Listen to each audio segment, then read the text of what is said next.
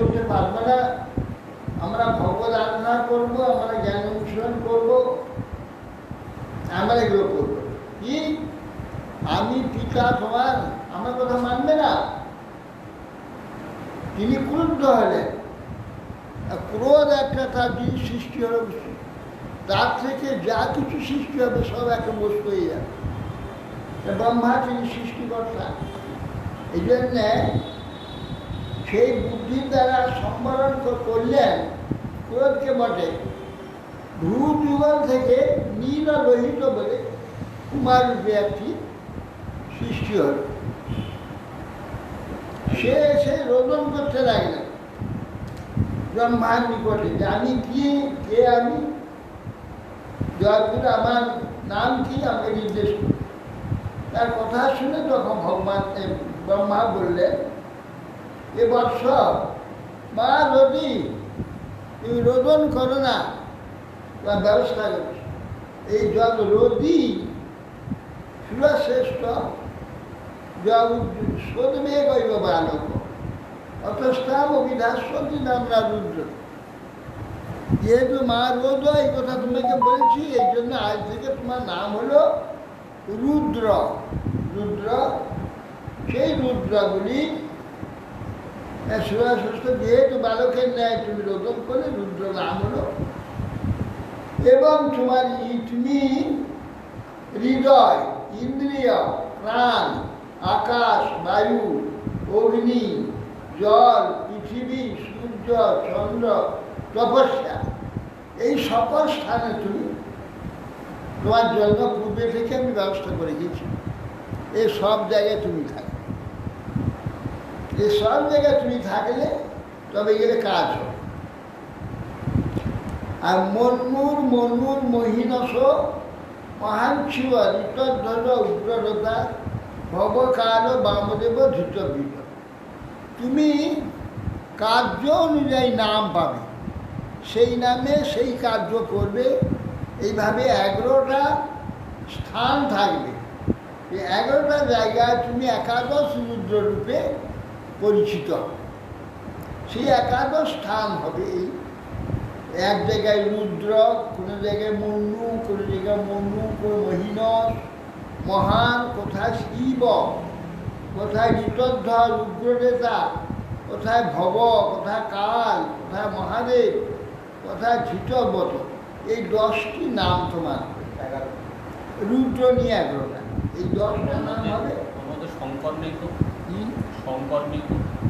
না, শঙ্খ নেই না।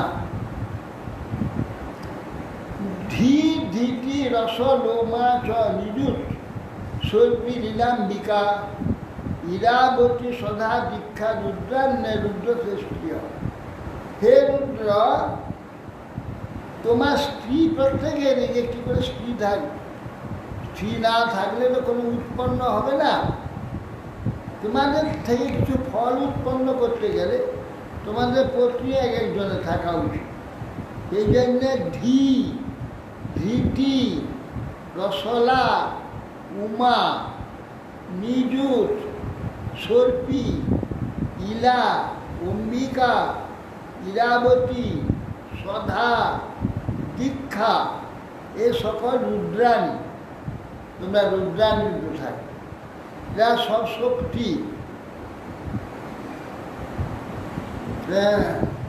গৃহীতানি নামানি স্থানানি চ সঘোষর সযোষণ এবি শিব প্রজা বহি প্রজা নামসি যৎপতি। তুমি এই সকল নাম আর স্থান সমূহ গ্রহণ করো। তুমি প্রজাপতি অতএব সস্ত্রী হয়ে ওই সকল নামাদি যুক্ত হয়ে প্রজা সৃষ্টি করো। এইভাবে সব স্ত্রীদের নিয়ে নীললোহিত 11 ভাগ হয়ে যাবে। নীললোহিত 11 ভাগ হয়ে গিয়ে 11টি স্ত্রী গ্রহণ করে এইসব সৃষ্টি আরম্ভ করো। বলে তোমরা তো প্রজাপতি, প্রথমে সৃষ্টি হয়েছ, অর্থাৎ প্রজা তোমরা প্রজা সৃষ্টি করো ইত্যাদি। সগুণা ভগবান নীললোহিত সত্তাকৃতি স্বভাবেন স্বস্বর্গে আত্মসমর্পণ। সেই ভগবান নীললোহিত নিজ গুরু ব্রহ্মা কর্তৃক তারা এইরূপ আদিষ্ট হয়ে বল নীললোহিত অর্থ অর্থাৎ তীব্রতা অনুসারে আত্মসময় প্রজা সৃষ্টি করলেন। প্রত্যেকে স্ত্রী সমগ্র রুদ্র মিলিত হয়ে প্রজা রুদ্রা নাম রুদ্র সৃষ্টি নাম সমন্তান রসতান জগৎ নিশাম্যা শঙ্খস জুতা অজুতান প্রজাপতির অসংখ্য। তারপরে তারা সব জন্ম হয়ে গেল প্রচুর। সেই রুদ্র থেকে সকল রুদ্র সৃষ্টি হল। তা অসংখ্য দলবদ্ধ হয়ে জগৎকে গ্রাস করবার জন্য উদ্যত হয়। ব্রহ্মা দেখে তো ভীত হয়ে গেল, সকলে এরা কি হলো গো, এরা কি সৃষ্টি হলো, রুদ্র থেকে সৃষ্টি হয়ে গেল। সেই করে ভয়ানক সব সব মূর্তিমান ক্রোধ, একদম সব ক্রোধময় আগুন, সব প্রজাদের দেখে তারা জগৎকে গ্রাস করবার জন্য এ হচ্ছে ব্রহ্মাকে খেতে যাচ্ছে, কেউ ধর্ষণ করতে যাচ্ছে ব্রহ্মাকে। হ্যাঁ, এই দেখে ব্রহ্মা অলম অলম প্রজাবি সৃষ্টিবি ইতি সিদ্ধি সুরোত্তম ময়া সহ দহান্তি ভীতি শস্য খুব ভিড় নেই। ব্রহ্মা বলছে, হে সুরশ্রেষ্ঠ, অতি তীব্র দৃষ্টির দ্বারা আমার সহিত এই দিক সকলেরা দগ্ধ করছে। অতএব উৎপাদন আর দরকার নেই, আর দরকার নেই, বন্ধ করো বন্ধ করো বন্ধ করো, সৃষ্টি বন্ধ করো। সৃষ্টি প্রজাসমূহ কোনোই প্রয়োজন নেই, তপস্যা করো তপস্যা করো তপস্যা করো, আর সৃষ্টি দরকার নেই। তপ আতিষ্ঠ ভদ্রন্তে সর্বভূত সুখাবহ তপস্যৈব যথা পূর্বম ষষ্ঠ বিশ্ববিদম। অতএব তোমার মঙ্গল হোক, তুমি নিখিল জীবের মঙ্গল করো, তপস্যার অনুষ্ঠান করো, তপস্যা প্রভাবে পূর্বপূর্ব কল্পের ন্যায় বিশ্ব সৃষ্টি করতে পারে। তপস্যৈব পরম জ্যোতি ভগবন্ত মধক্ষজম সর্বভূত গুহাবাস অন্যসা বিন্দতি। অতএব পুরুষ তপস্যা প্রভাবে সর্বজীবের হৃদয়ের মধ্যে যে কন্দরেতে পরম জ্যোতিস্বরূপ হয়ে অতীন্দ্রিয় ভগবান বিষ্ণুকে শীঘ্র লাভ করতে হবে। তপস্যার দ্বারা হৃদয়ে ভগবানকে নিরন্তর চিন্তার দ্বারা ভগবান হৃদয়েতে অবস্থান করবে। অতীন্দ্র বিষ্ণুকে হৃদয়ের মধ্যে ধ্যান করে হৃদয়ে দেখতে হবে। শ্রীমত্রবাচ এবং আত্মভূবাদিষ্ট পরিক্রম্য গিরামপতি বাঢ় নিত্যা মুমা মন্ত্রিয়া বিবেশ তপস্যই। মৈত্রেয়ী বললেন 10 পুত্র স্বর্গ বলছে যে এই রূপে সেই নীললোহিত রুদ্র আত্মভূ ব্রহ্মা কর্তৃক আদিষ্ট হয়ে যে আজ্ঞা বলে ব্রহ্মার আদেশে স্বীকার করে ব্রহ্মাকে পদচিহ্ন তপস্যার জন্য বনেতে গিয়ে প্রবিষ্ট হয়। অর্থ দশপুত্রা প্রচোদ্গিরি ভগবত শব্দ শত্রুযুক্ত লোক সন্তান হিত। অতঃপর সৃষ্টির বিষয়কে বিশেষভাবে ধ্যান করতে লাগলেন ব্রহ্মা। ধ্যান করে ভগবান শক্তি লাভ করে ব্রহ্মলোক বিস্তারের জন্য 10টি পুত্র উৎপাদন করলেন। ব্রহ্মা প্রথমে মরীচি অঙ্গিরা অঙ্গিরসৌ পুরস্ত পুরহ প্রচুর ভৃগুর বশিষ্ঠ দক্ষশ্চ দশম স্তোত্র নারদ। প্রথমে মরীচি, অত্রি, অঙ্গিরা, পুরস্ত, পুলহ, প্রচু, ভৃগু, বশিষ্ঠ, দক্ষ, তাদের মধ্যে ব্রহ্মার 10 পুত্র রূপে নারদ জন্মগ্রহণ করলেন। উৎসঙ্গা নারদ যজ্ঞে দক্ষ মুষ্টা স্বয়ং ভুব প্রাণাদ বশিষ্ঠ সঞ্জাত ভৃগুস্তোচি করার প্রচু লোহ নাভিত যজ্ঞে তুরস্ক কর্ণয় ঋষি অঙ্গিরা মুখত অগ্ন অখন অত্রি মরিচির মনস ভবন। ব্রহ্মায় কোল থেকে নারদ হয়েছিল, ব্রহ্মার কোলে। অঙ্গুষ্ঠ থেকে দক্ষ, প্রাণ থেকে বশিষ্ঠ, ত্বক থেকে ভৃগু, প্রাণ থেকে ত্বক থেকে ভৃগু হল, কর্ণ থেকে দুই কর্ণ থেকে পুলহ পৌলস্ত জন্ম হয়েছিল। মুখ হইতে অঙ্গিরা, দুই চক্ষু হইতে অত্রি মন, অত্রি, আর মন থেকে মরিচি, প্রাণ থেকে এই প্রকার প্রাদুর্ভূত ব্রহ্মা শরীর থেকে এরা সব আবির্ভূত। তাহলে এই সপ্তর্ষির সাথে একই সঙ্গে নারদ গোস্বামী হয়েছিলেন। হ্যাঁ, সপ্তর্ষি নারদ গোস্বামী, বশিষ্ঠ, সপ্তর্ষি নারদ, বশিষ্ঠ, দক্ষ আর বশিষ্ঠ, এই 10 জন। আর বশিষ্ঠ। 10 জন। ধর্ম স্তনাদিনক্ষত যত্র নারায়ণ স্বয়ং অধর্ম পৃষ্ঠত জন্মান মৃত্যুলোক ভয়ঙ্কর। দুই স্তনে নারায়ণ স্বয়ং ব্রহ্মার হৃদয়ের স্তনে নারায়ণ স্তন হইতে ধর্মকে প্রকাশিত, ব্রহ্মার স্তন থেকে ধর্মকে প্রকাশিত। অধর্ম ব্রহ্মার পিঠে ছায়া তো অধর্ম ইষ্টদেশ থেকে প্রয়াস করে। সে অধর্ম হতেই লোকের ভয়াবহ মৃত্যু সংঘটিত। এই ভয়াবহ মৃত্যু সারা পৃথিবী গ্রাস করছে অধর্ম, একমাত্র অধর্ম। কোনো বিষয়েতে ধর্মের কোনো সম্বন্ধ নেই। ইচ্ছা মতো যত উপায় করতে পারো উপায় করো, আর সব অধর্ম করো। অধর্মে কোনো হয় না। উপায় কত হচ্ছে সেইটাকে, কতটা উপায় হচ্ছে, কত টাকাতে কত টাকা মুনাফা হচ্ছে, ওইটা দেখো। ওটা কটা অধর্ম হচ্ছে, ক্ষতি হচ্ছে, খারাপ হচ্ছে, লোকের খারাপ হবে, সেটা আমার দেখার দরকার।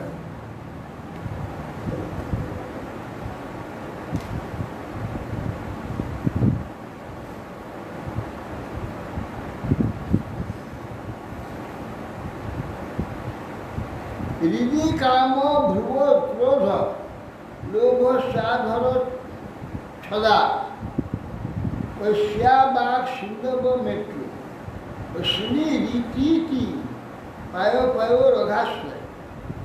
হৃদয় থেকে কাম, হৃদয় থেকে ভ্রুদয় থেকে ক্রোধ, অধর ওষ্ঠ হচ্ছে লোভ, মুখ হচ্ছে বাক্য, নেত্র হচ্ছে সাগর, বলদার হচ্ছে পাপাশ্রয়, নিরিতি উৎপন্ন ব্রহ্মা। ছায়া কর্তম যজ্ঞে দেবহত্যা প্রতিপ্রভু মনস দেহদোষ বেদন যজ্ঞে বিশ্বচিত দেবহূতির প্রতি প্রহসানের কর্দম ঋষি ব্রহ্মার কান্তি থেকে জন্মগ্রহণ করে। কর্দম, ব্রহ্মার কান্তি থেকে কর্দম জন্ম। দেবহত্যা প্রতি মনস দেহ সৃজন যজ্ঞে বিশ্বচিত বিশ্বচিত ব্রহ্মা মন থেকে, দেহ থেকে এই সমস্ত সৃষ্টি সব উৎপন্ন। এগুলো মানব যে বলা হয় শরীর থেকে হচ্ছে বটে, তার মানসিক ভাবনা থেকে এগুলো হচ্ছে না, এই যে মানসিক বলা হচ্ছে মানুষকে মন থেকে তার সৃষ্টি হচ্ছে এগুলো। কিন্তু মানব যে আমরা পরবর্তীকালে হয়েছি সেটা তো পুরুষ স্ত্রী মিলনের হয়েছে, এটা আলাদা। এখন যে মানব পুত্র বলা হয় না এদেরকে, মরিচি দক্ষ মানব পুত্র বলা হয়, ব্রহ্মার মানব পুত্র। ব্রহ্মা এদেরকে মানব পুত্র যথাযথভাবে স্বীকার করেছেন অথচ শরীর থেকে সৃষ্টি হচ্ছে, কোল থেকে নারদের সৃষ্টি হচ্ছে। মন থেকে সৃষ্টি হচ্ছে, হ্যাঁ, মন থেকে সৃষ্টি হচ্ছে বললো তো, হ্যাঁ, মন থেকে মরিচি হলো, হ্যাঁ, মন থেকে মরিচি, কোল থেকে হলো নারদ, নারদ, ত্বক থেকে হলো ভৃগু। এগুলো সব ইচ্ছা করে হয়েছে। ইচ্ছা থেকে হয়েছে, এই জন্য মানুষ পুত্র। হ্যাঁ, এই জন্য মানুষ করছে সব ইচ্ছা থেকে হয়েছে।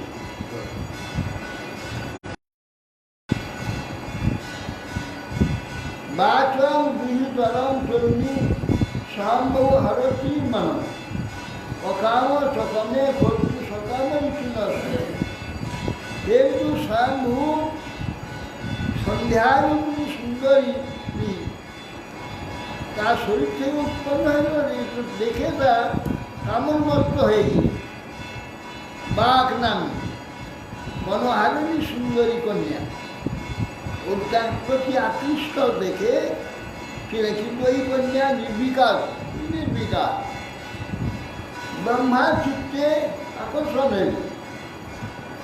সমধর্মে কৃতমতী বিলক্ষ পিতরম সীতা মরিচিক্ষা মুনিও বিশ্বম্বার তত্ত্ববোধয়। এবার মরিচি প্রমুখ হয়ে ব্রহ্মার পুত্রগণ পিতার এই প্রকার অধর্মের গতি হয়েছে দেখে ব্রহ্মাকে বিনয়ের সহিত প্রমোদ দিলেন। নৈকাত পূর্বই কৃতম রাজ্যে ন পরিষ্বন্তি চাপ জয়া বিতরণ গচ্ছে অনিগৃহ্যা অঙ্গজন্তু।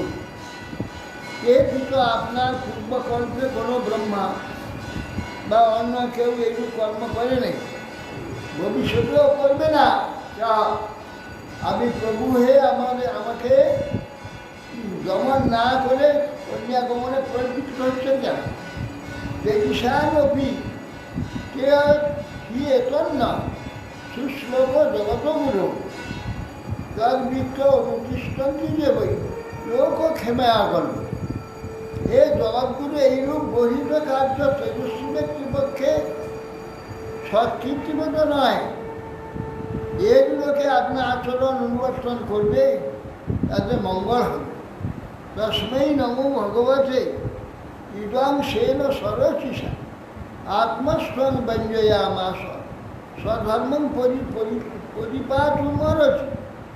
সে আপনার তস্মৈ নমো হতে ইদং যেন যে তেজের প্রভাবে যে পরিদৃষ্টবান নিজ গর্ভাশ্রিত জগৎকে প্রকাশিত করেছে, সেই ভগবানকে নমস্কার করে তিনি ধর্ম শিক্ষা করবার যোগ্য।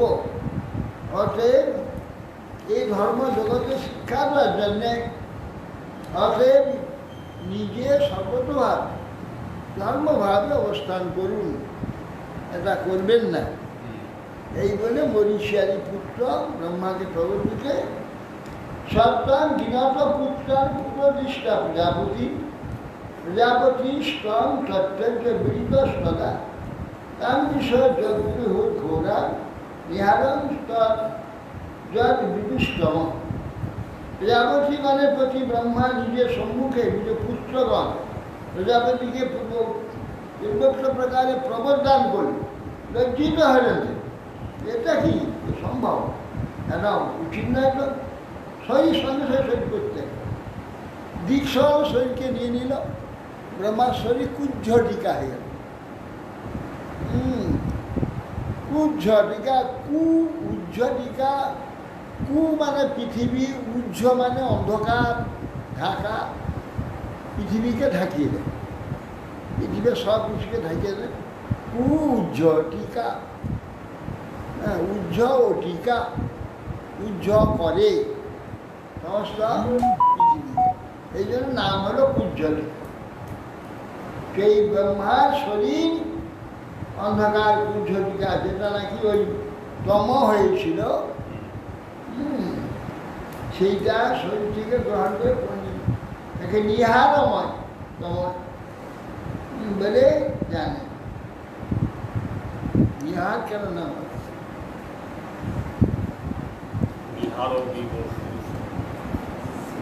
বঞ্ছা গল্প